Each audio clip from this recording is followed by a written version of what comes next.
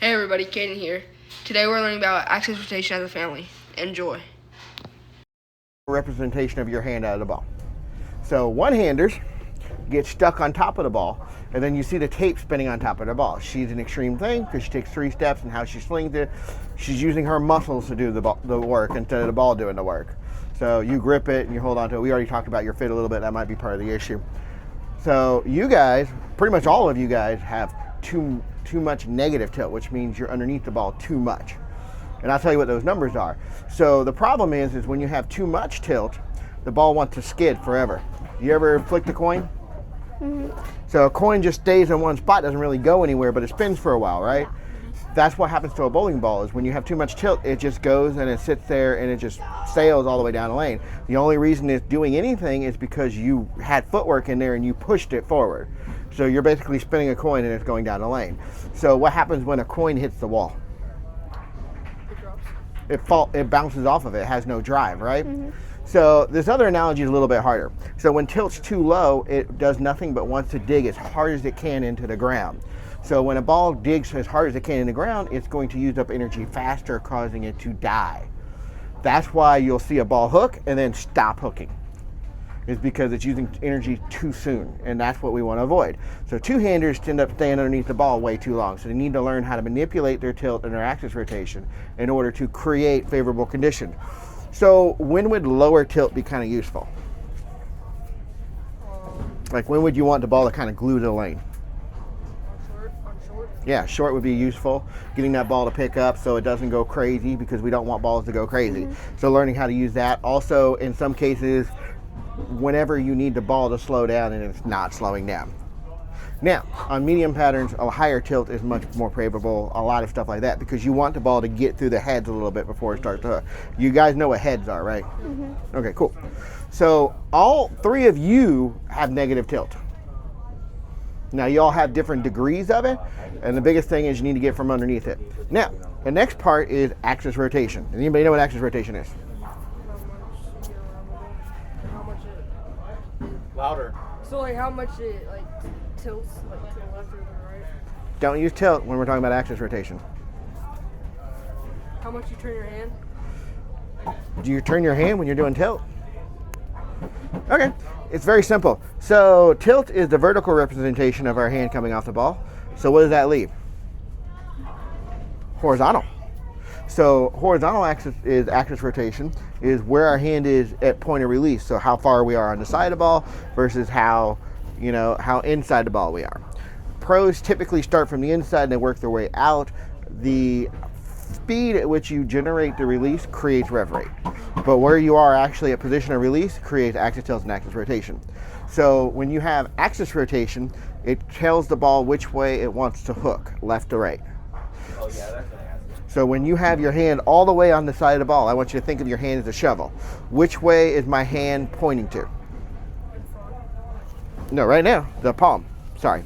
Yeah, to the left gutter, right? So if I'm at 90 degrees, that ball just wants to go that way, right? Okay, so if I'm like this, which way is the ball wanting to go? Forward. Dead straight. So you can have a 500 rev rate and 0 degrees of axis rotation, and the ball will not hook. Crazy, right? You with me so far? Now, if you have too much axis rotation, meaning 90 degrees, the ball is wanting to go that way, and if you have enough speed, it's just going to skid. Now you add, I swear to God, I'm not picking on you, I promise, okay? So when you have a lot of axis tilt and a lot of axis rotation and you have a decent amount of speed, the ball will never slow down and it'll bounce off the head pin, right? That's your mom. And I'm not trying to pick on her, but it's a really good visual representation, because if you watch the tape, it never moved. It was like 58 feet of staying in the same spot, because she has a lot of tilt, she is squeezing the ball, and she has a lot of axis rotation. So you're seeing high tape, you're seeing high tilt, you're seeing high axis rotation.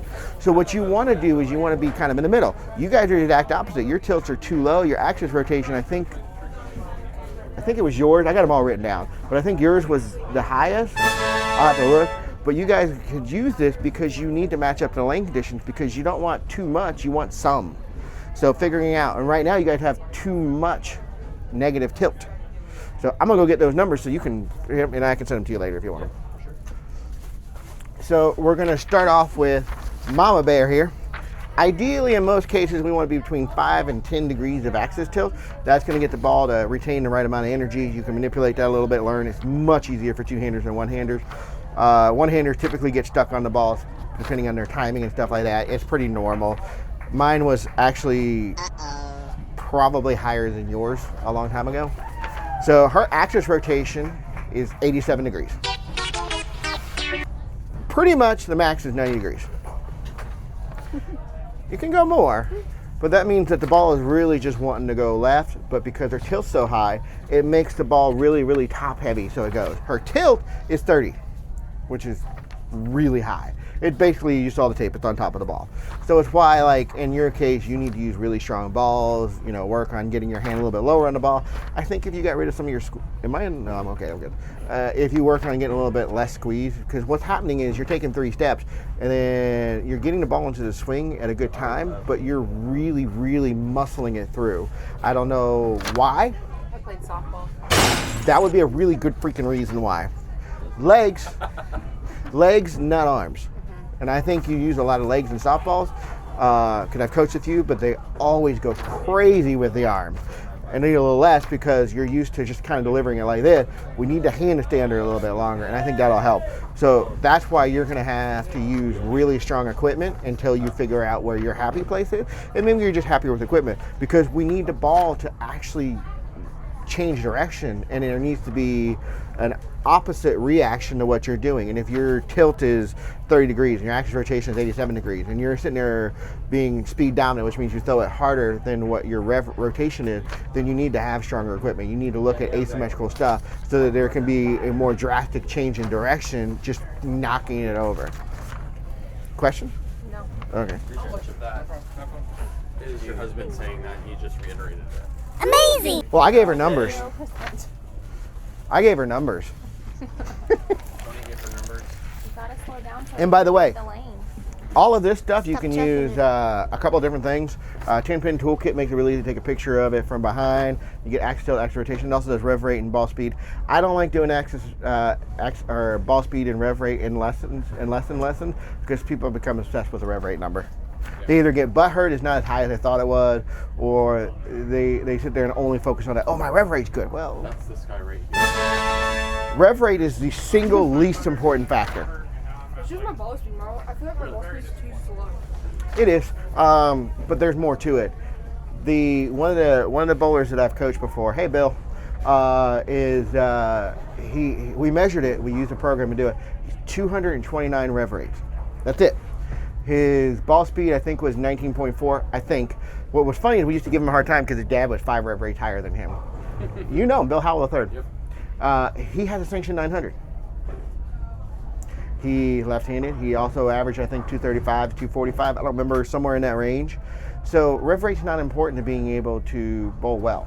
Rev rate is important on PBA Tour, but outside of that, you can get away with anything. And even then, Francis Wavois, I'm probably butchering his name, I don't know what his rev rate is, but if I had to guess, it's probably 350, 375. It's definitely on the lower end of the tour. He just had a, sorry, what was that? 375. Yeah. He just had a record-breaking performance for 8 games. So, you know, even at the top level, if you're really good at shot making and make good decisions, you can have a good thing. So people become too obsessed with rev rate. Okay, Jason, you're 40 degrees of axis rotation. I like that. Ideally, 45 is great. We'd like it a little bit higher. I'd like you to try to get to 60. Okay. Reason being is your tilt's -3. So that's, again, we talked about it. It wants to go to the lane. If you had a little bit more axis rotation, hey, Keel, it may help you get a little bit more response down lane because it'll store a little bit longer energy, and maybe that'll help you out a little bit. David, I got somebody for you. Nothing crazy there. We've talked about it. By having those options and giving yourself a little bit more, the problem is you start your release so late, and it might be because you're too tall. And I don't mean like physically too tall, but I mean in your stance when you let go of the ball. So when you get to the bottom of it, you're still kind of extending out. We'll look at that a little bit today and see if we can get it a little bit earlier, but that'll help lower your tilt. It may not be possible for you to get lower tilt just because of your back issues and stuff. Not without you dropping the ball. Hi everybody, like, comment, and subscribe if you haven't already.